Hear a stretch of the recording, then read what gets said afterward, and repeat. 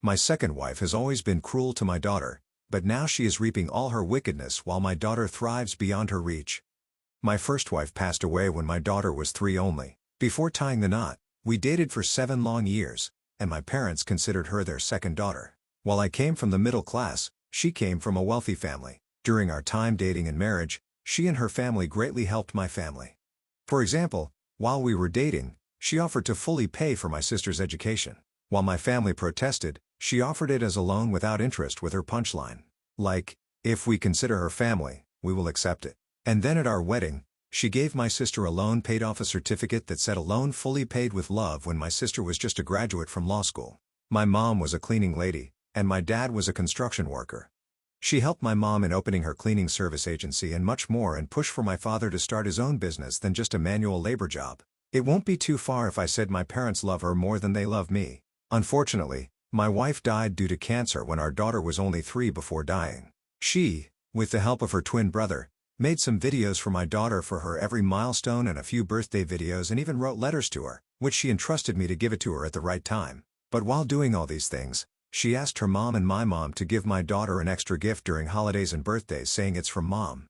Well, then onwards, for every holiday, my daughter started getting 8 gifts from her mom as all of her, and my siblings got my daughter an extra gift for her saying it was from my mom and my parents. Now I married my now wife when my daughter was 8. That's when the first conflict started. My stepson didn't get as many gifts as my daughter due to her extra gifts from her mom. When I tried to talk to my family and ex-in-laws about it, my parents said that my now wife would not be in the picture if my first wife Sarah were alive, and this was Sarah's last wish for her daughter, so I should be ashamed to even talk about it to them.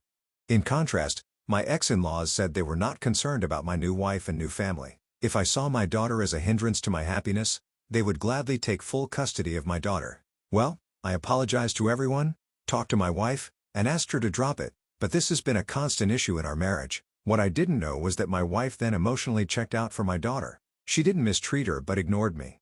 Being busy with work, I didn't notice that initially. But when I did and spoke to my wife about it, she would always say try being pregnant, or she didn't sign up for this, or she is busy with other kids. My daughter should be able to take care of herself. When Sarah's brother came to know about how Nice was being treated at home, they were livid.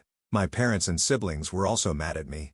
And then my daughter started spending more time at her uncle's place or her grandparents'.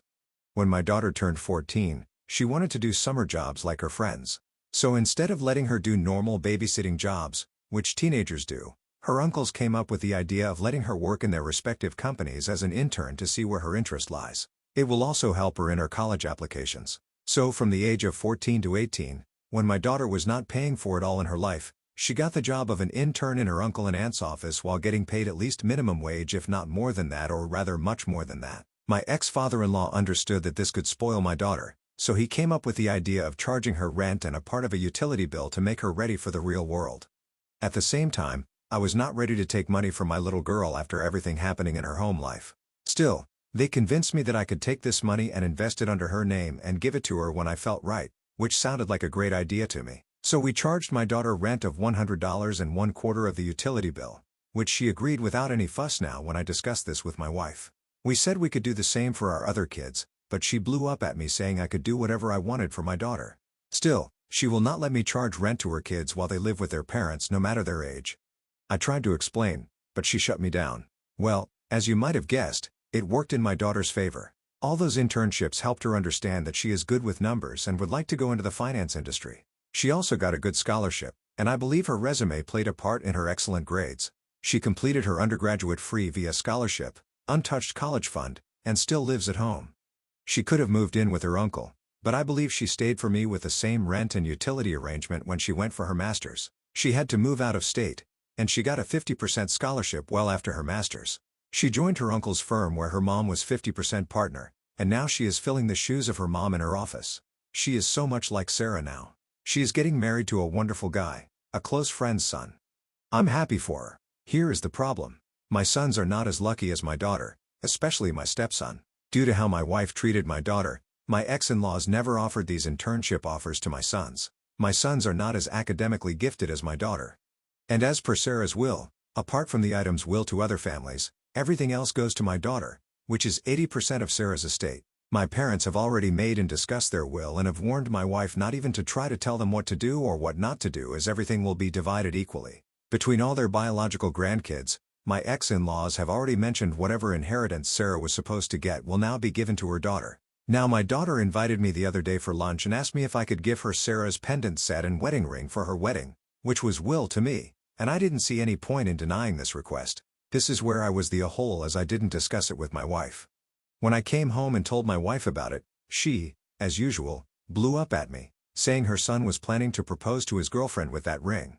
My wife was planning to give the pendant set to her niece as she really loves it and is also getting married soon. I told her it is creepy as both the items belong to Sarah, and my daughter has an emotional attachment with these pieces, and I know the reason why Sarah gave it to me. She also knows that I've already told her about it. Well, it was a yelling match, and all of my sons came out of their rooms to see what was happening.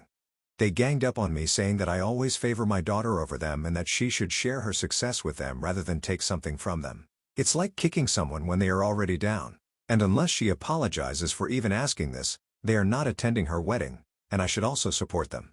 Now this is where I'm again the a-hole, because I lost my cool on their foolish request and told them I'm not punishing my daughter for getting better opportunities in life. And if their mother was not a bitch to her, they might not have missed those opportunities. Now am I the a-hole for giving a reality check to my wife and sons?